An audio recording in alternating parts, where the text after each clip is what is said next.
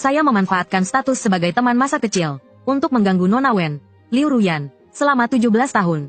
Dia membenci saya sampai ke tulang. Kemudian identitas saya terungkap. Dari seorang anak tuan muda menjadi seorang anak palsu.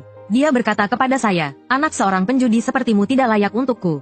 Jangan bermimpi lagi. Maka saya benar-benar kecewa padanya. Saya berkata kepada teman masa kecil Liu Ruyan, maaf, dulu itu salah saya. Saya telah menyebabkan gangguan untukmu. Tidak akan lagi ke depannya. Liu Ruyan tidak menatap saya sedikit pun. Dia membiarkan saya diusir dari rumah. 5 tahun kemudian, saya bertemu lagi dengan teman masa kecil dan kakak saya.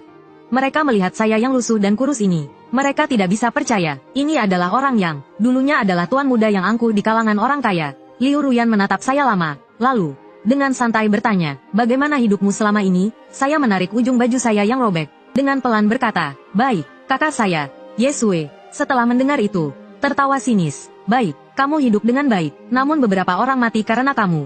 Saya menundukkan kepala dan berkata dengan sungguh-sungguh, maaf, saya benar-benar minta maaf. Dulu saya sombong dan tak terkalahkan. Di kalangan orang kaya, semua orang takut dan benci pada saya. Saat itu saya merasa sangat berkuasa karena status tuan muda. Saya terus-menerus mengganggu Liu Ruyan, teman masa kecil saya, dan kakak saya, Yesue.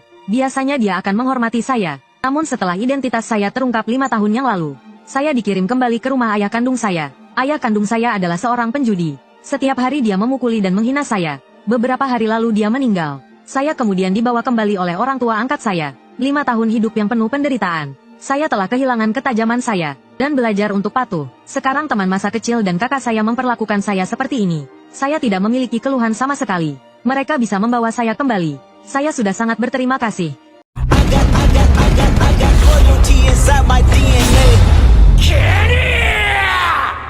I got loyalty, got loyalty inside my DNA. I got inner peace, got war and peace inside my DNA. I got poison, pain, and joy inside my DNA.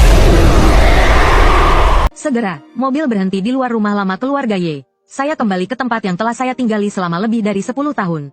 Namun rasanya seperti dunia yang berbeda. Setelah turun dari mobil, Liu Ruyan dan Yesue berjalan berdampingan. Saya hati-hati mengikuti mereka dari belakang. Sambil berjalan, kakak Yesue bercanda dengan Liu Ruyan. Ruyan, orang ini kembali. Kamu harus hati-hati. Jangan sampai dia mengganggumu lagi. Liu Ruyan menatap ke depan dengan tatapan tajam. Benarkah, dia masih berani? Saya mendengarkan dari belakang. Setelah berpikir sejenak, saya menjawab, tidak akan. Saya tidak akan lagi. Dulu itu salah saya. Saya telah menyebabkan gangguan untukmu. Saya benar-benar minta maaf. Liu Ruyan yang berjalan di depan mendengar ini. Ekspresinya terhenti sejenak. Kemudian dengan nada yang datar, dia berkata kepada Yesue, ayo pergi, supaya tidak membuat mata kita kotor. Yesue mendengus. Dia menoleh dan melihat saya, lalu berkata dengan tegas, cepat jalan. Saya segera mempercepat langkah untuk mengikuti mereka. Setelah masuk ke ruang tamu keluarga Ye, Ibu Ye melihat tubuh saya yang kurus. Dia segera memegang tangan saya. Air matanya mulai jatuh dengan deras. Anakku, kenapa kamu bisa sekurus ini? Dia tidak mengerti. 5 tahun yang lalu ketika saya dikirim ke rumah ayah kandung saya, keluarga Ye memberi ayah saya banyak uang. Bagaimana bisa saya jadi seperti ini? Kakak Yesue di sampingnya berkata sinis. Dia hanya berpura-pura, supaya Anda merasa kasihan padanya. Ibu Ye, Likin, menatapnya dengan wajah tegas. Lalu melihat saya dengan penuh kasih dan berkata, tidak apa-apa, yang penting kamu sudah kembali. Karena ayah kandungmu sudah tiada. Kamu tinggal di sini saja.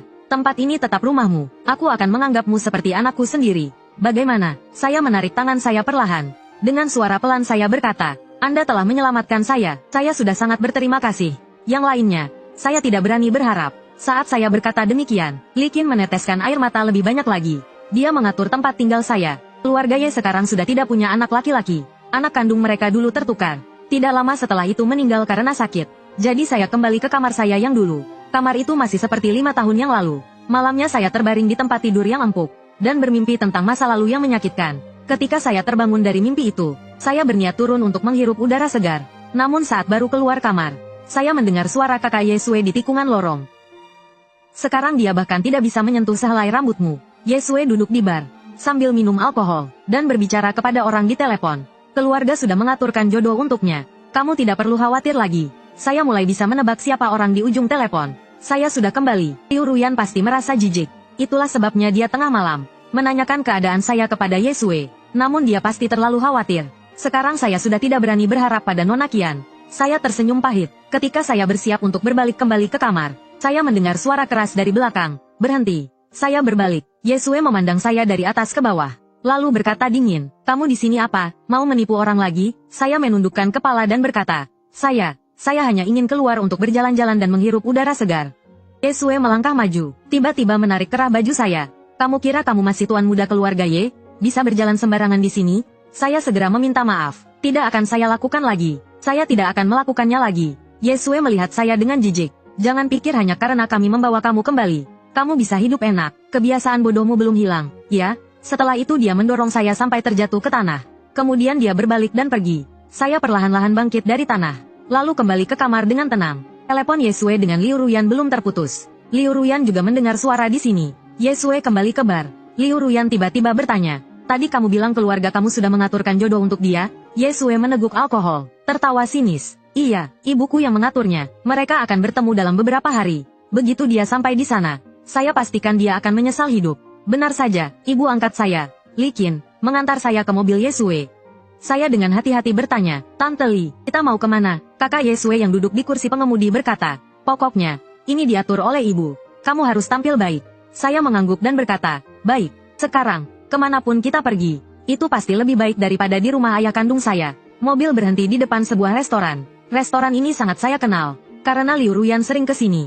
Saat itu saya juga sering menunggu di sini untuk melihatnya. Yesue membawa saya ke ruang makan paling dalam. Dia tidak masuk, hanya menyuruh saya masuk sendiri. "Tunggu di sini, seseorang akan datang untuk bertemu denganmu."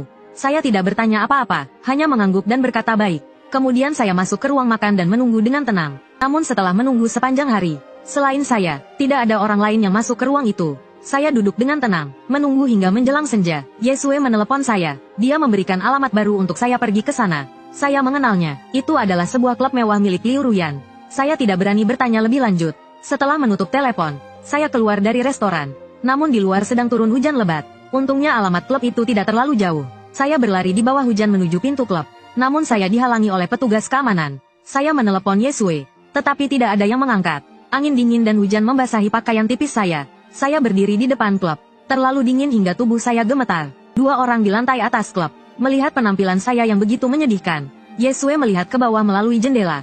Dia tertawa kepada Liu Ruyan di sampingnya. Lihat seberapa lama dia bisa berpura-pura. Liu Ruyan mengaduk minumannya, lalu bertanya, "Dia benar-benar menunggu sepanjang hari?" Yesue menyuruh orang mengawasi saya sepanjang hari. Dia tertawa dingin dan berkata, "Keluarga sudah mengaturkan pernikahan untuknya. Putri sulung keluarga Lin, Lin Yufei. Kamu tahu kan, dia itu seorang gadis yang boros." Keluarga Lin menyetujui pernikahan ini sebagai pembayaran utang. Tapi Lin Yufei tidak setuju. Dia tidak mau bertemu dengan orang itu. Jadi hari ini dia membiarkan saya terbuang di ruang makan sepanjang hari. Namun Yesue masih tidak puas. "Saya hanya seorang palsu. Ibu saya, Li Qin, masih begitu perhatian. Dan setelah identitas saya terungkap 5 tahun yang lalu, selama 5 tahun ini, Li Qin menghabiskan harinya dengan menangis. Bahkan dia menderita depresi." Liu Ruyan meneguk minumannya dalam-dalam, lalu bertanya, "Lin Yufei di sebelah?" Yesue menjawab, "Iya. Dia mungkin membawa sekumpulan orang ke sini untuk berpesta." Liu Ruyan berkata dengan senyum sinis, "Pergi beritahu dia." Yesue tidak mengerti. Biarkan Lin Yufei bertemu dengan orang palsu itu. Dia pasti akan bangga lagi. Namun Liu Ruyan tersenyum dan berkata, "Dia tidak akan pergi." Yesue tampak bingung, namun dia tetap pergi ke ruangan sebelah untuk memberitahu Lin Yufei. Lin Yufei tidak akan datang menemui saya, namun dia mengirim orang lain untuk menemui saya. Beberapa pria tampan keluar dari klub. Pria yang paling depan saya kenal. Dulu saya pernah menyinggung dia. Pria itu berjalan ke arah saya. Dengan nada meremehkan dia berkata, "Lihat, siapa ini? Ini siapa ya?" Dua pria di belakangnya juga maju untuk menilai saya. "Bukankah ini Tuan Muda Ye?" Sial, saya lupa, ini orang palsu ya." Menanggapi ejekan mereka, saya tidak bereaksi sama sekali. Hanya berdiri gemetar di tengah hujan. Tertawa keras. Salah satu pria bertanya, "Kenapa? Kamu datang untuk mencari kakak Yufei? Tahu diri, kamu tidak akan bisa merayu kakak Ruyan, kan? Jadi kamu berencana merayu kakak Yufei?" Pria lainnya ikut bicara. "Kamu malah mengingatkan saya. Dia itu memang bajingan tanpa malu. Dulu Liu Ruyan tidak suka dia. Dia malah menyuruh orang menculik kekasih Liu Ruyan, Chen Hao, dan menyebabkan Chen Hao kehilangan nyawanya. Bagaimana kamu masih merasa layak hidup?" Saya menyeringai. Rasa takut melintas di mata saya. Dulu Liu Ruyan menggenggam leher saya dan bertanya pertanyaan yang sama. Saya menangis dan berkata itu bukan saya. Saya juga diculik. Saya juga korban. Namun Liu Ruyan tidak percaya. Semua orang tidak percaya saya. Seperti saat ini, saya berdiri di tengah hujan dingin. Dan masih ada yang tidak bisa membedakan. Apa yang saya lakukan salah? Itu kesalahan saya. Begitu kata-kata itu keluar, Lu Jie dan yang lainnya terkejut. Tuan muda yang angkuh dan tak terkalahkan. Bahkan bisa seperti ini, merendah dan berbicara kepada mereka. Lu Jie berpikir, mendengus. Sekarang kamu tahu itu salah, ya? Kenapa dulu di pengadilan tidak mengakui? Melihat saya tidak memberikan pembelaan apapun. Salah satu pria mendorong saya. Saya terhuyung. Tubuh saya yang kurus langsung jatuh di tangga. Tidak ada reaksi dari saya. Mereka merasa bosan. Di lantai atas, Liu Ruyan berdiri di jendela, menatap ke bawah dengan ekspresi datar. Ketika dia pikir mereka akan pergi karena merasa bosan, saya tiba-tiba dipukul oleh Lu Jie lagi. Di atas, Yesue tampak sedikit terkejut. Dia menunggu reaksi saya, namun saya hanya menutup wajah dan diam. Lu Jie menarik lengan saya dengan keras, dan mendorong saya turun lagi. Saya terguling turun tangga. Petugas keamanan di sekitar klub datang menghampiri. Untungnya saya tidak terluka parah. Setelah itu, saya kembali ke mobil. Saya duduk berdampingan dengan Liu Ruyan di kursi belakang. Saya merasa tubuh saya basah kuyup. Saya tahu ada handuk cadangan di mobil. Namun Liu Ruyan tidak memberikannya kepada saya. Liu Ruyan berpikir, jika saya meminta padanya, dia mungkin akan bersikap murah hati. Seperti dulu, saya meraih tangannya dan berkata dengan ramah, "Kak Ruyan, tolong bantu saya, cuma sekali ini, tolong." Namun dia tidak tahu, saya tidak akan pernah memintanya lagi. Beberapa saat kemudian, Liu Ruyan berkata, "Yesue pergi menemui Lin Yufei. Saya antar kamu pulang." Saya menundukkan kepala dan berkata pelan, "Sebenarnya saya bisa pulang sendiri." Liu Ruyan tertawa sinis. Ini permintaan Yesue, artinya, bukan karena dia ingin ikut campur. Saya mengangguk, saya mengerti. Saya menundukkan kepala sejenak, lalu menatapnya. Saya tahu kamu tidak ingin melihat saya lagi. Dulu saya tidak mengerti. Saya telah melakukan banyak kesalahan, dan menyebabkan banyak masalah untukmu. Namun kesalahan itu, saya tidak akan mengulanginya lagi. Liu Ruyan tidak melihat saya sama sekali. Dia bertanya dengan nada datar. Kesalahan yang mana? Saya menundukkan kepala dan berkata pelan, "Mencintaimu." Setelah turun dari mobil, payung menutupi saya. Saya merasa hangat berulang kali. Tidak masalah jika dipanaskan sekali lagi. Namun Liu Ruyan tidak seharusnya ternodai oleh air kotor. Kami berjalan berdampingan di tengah hujan dingin. Kami hanya memiliki satu payung. Liu Ruyan yang memegang payung. Saya tidak berani mendekat. Saya meringkuk di bawah payung. Di sudut mata saya melihat bahu Liu Ruyan yang basah. Saya menarik napas dalam-dalam, lalu berkata pelan-pelan, "Tidak perlu menahan payung untuk saya. Saya sudah basah." Liu Ruyan tidak mengubah nada suaranya. Dengan sikap serius namun terasa dingin dan jauh. Dia berkata, "Saya hanya tidak ingin Tante Li menyalahkan saya karena tidak menjaga kamu. Jangan terlalu berpikir, saya tidak berani berpikir begitu. Saya sudah membayar harga yang sangat mahal karena perasaan itu. Dan itu sangat membekas dalam ingatan saya. Saya akan mengingatnya selamanya." Diam. Saya berjalan melewati jalan itu. Saat melihat cahaya lampu di rumah lama keluarga Ye, Liu Ruyan berbicara lagi. "Di mobil, kamu ingat untuk patuh." Saya berkata di mobil, mencintainya adalah kesalahan. Kesalahan ini tidak akan saya ulangi. Saya mengangguk dan berjanji, saya akan. Dulu saya terlalu kekanak-kanakan. Saya benar-benar minta maaf atas hal itu. Sepanjang jalan ini saya tidak tahu berapa banyak permintaan maaf yang saya ucapkan. Ketika saya terus mengganggunya, Liu Ruyan sangat ingin mendengar saya berkata untuk menyerah. Namun ketika akhirnya mendengarnya, dia tidak terlihat terlalu senang. Liu Ruyan tidak berkata apa-apa, hatinya seperti air tenang. Dia menutup payung, dan pembantu keluarga Ye datang menyambut. Melihat kami berdua, Liu Ruyan dan saya, pembantu itu memberi handuk kepada Liu Ruyan lebih dulu. Siapa yang melihat pasti tahu, saya sudah tidak lagi memakai nama Ye. Bahkan pembantu di sini pun bisa memberikan wajah kepadaku. Liu Ruyan tidak mengambilnya. Matanya tajam berkata, "Apakah kamu merasa saya lebih membutuhkannya daripada dia?" Pembantu itu terdiam. Dengan cepat dia memberikan handuk itu kepada saya dan berkata, Saya akan segera mengambil yang lain." Liu Ruyan dengan dingin berkata, "Tidak perlu. Saya akan pergi sekarang." Ketika Li Qin mendengar suara dan turun, dia melihat kami berdiri bersama. Dia segera berjalan menghampiri. Ekspresinya menunjukkan kecemasan dan kasih sayang. "Kenapa kamu basah seperti ini? Kan tadi keluar dalam keadaan baik-baik saja. Kenapa tidak pakai payung?" Saya menjawab dengan handuk, "Tidak apa-apa. Bagaimana bisa tidak apa-apa jika sudah basah seperti ini?" Li Qin memanggil pembantu di rumah. "Ibu Yang, cepat buatkan air panas untuk mandi untuk Xiao Jie. Jika tidak, dia bisa sakit." Tidak peduli kapanpun, kasih sayang Li Qin tidak akan pernah pudar. Saya tersenyum dan mengucapkan terima kasih. Langkah saya perlahan naik ke lantai. Di belakang saya, pandangan mereka tertuju kepada saya. Li Qin segera mengalihkan pandangannya. Dia menatap Liu Ruyan. Kewaspadaan tersembunyi di balik kata-katanya. "Ruyan, kenapa kamu yang mengantar Xiao Jie pulang? Bukankah saya sudah minta Yesue yang mengantar?" Liu Ruyan berkata dengan ekspresi datar. Menjelaskan kenyataan, Lin Yufei tidak datang. Yesue pergi mencarikannya. Di wajah Li Qin yang elegan, terlihat kemarahan. Bagaimana bisa begitu? Ini sangat tidak menghormati orang lain. Saya pasti akan memberitahu orang tuanya. Begitu dia selesai berbicara, Li Qin kemudian berkata dengan lembut, "Bagaimanapun, terima kasih banyak. Jika ada situasi seperti ini lagi, biarkan Yesue menghubungi saya langsung." Liu Ruyan mengangguk, namun dia berkata dengan nada yang tidak jelas, "Tante Li, saya dengar kamu berencana membiarkan dia tinggal di keluarga Lin."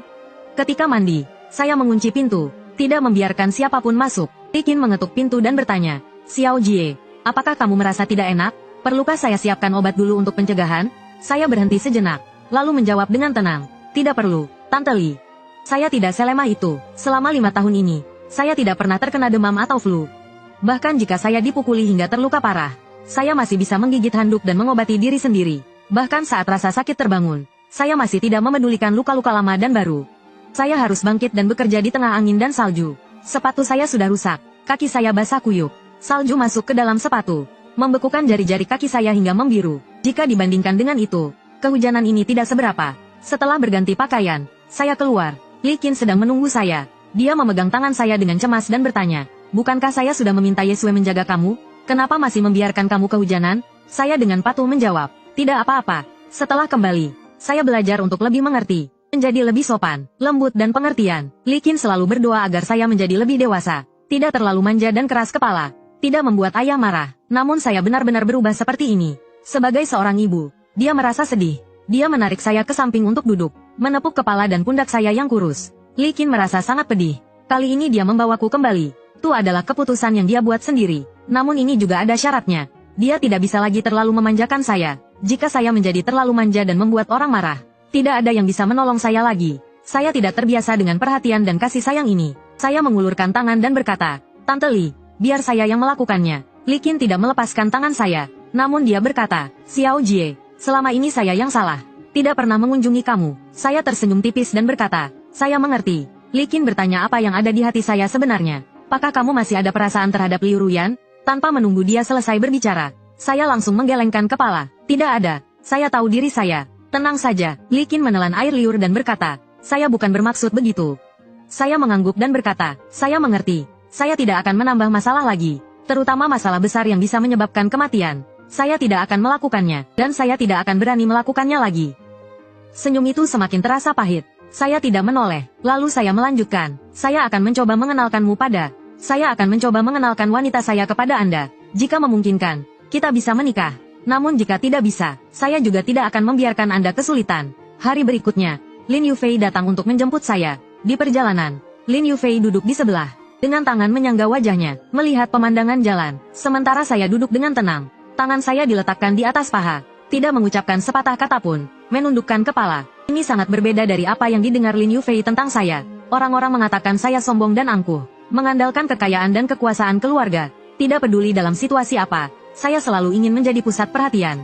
Membuat semua orang tertuju pada saya. Namun, saya yang sekarang, seperti pohon tua yang layu, bahkan akar dan batangnya pun tampak kusam dan pudar. Kami tiba di restoran dan memesan makanan. Dia berbicara tanpa ekspresi. Tante Li ingin saya menikah denganmu. Kamu tahu itu, kan? Saya menundukkan kepala dan berkata, tahu. Lin Yufei melanjutkan, saya tidak akan menikah denganmu. Lin Yufei masih muda, dia sedang dalam masa suka bersenang-senang. Menikah dengan pria yang tercemar, lebih baik dia mati saja. Lin Yufei berkata dengan kesal, jika kamu tahu diri, segera katakan dengan jelas pada Tante Li, agar ibu saya tidak mengganggu saya. Dia meremas ujung pakaiannya, dengan hati-hati berkata, bisakah kita coba 1 bulan saja. Suka dengan cerita ini? Jangan lupa klik tombol like, komen, share dan subscribe. Nantikan cerita seru lainnya. Terima kasih.